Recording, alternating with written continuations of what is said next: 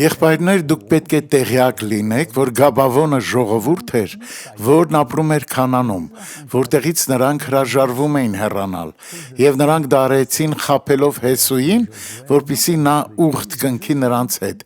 բայց Հեսուն պատժեց նրանց եւ դարձրեց ստրուկներ եւ ջրկիրներ Աստծո տան համար։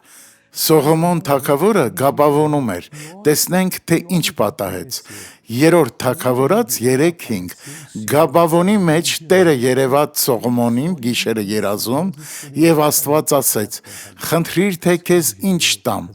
Աստված դիտավորյալ է ընտրել այդ վայրը։ Մենք անմիջապես չենք հասկանում Աստծո կամքը, բայց այն պարզ է դառնում ժամանակի ընթացքում։ Սողոմոնը հասկացավ դա եւ Աստծուց խնդրեց նրան տալ իմաստություն։ Եվ ոչ մի այլ մարդ այդքան իմաստուն չի եղել, որքան Սողոմոնը։ Աստված օրհնի ձեզ։ Աղոթենք։ Հայր, տուր այս մարդուն կարողություն, որպեսզի նա հասկանա քեզ։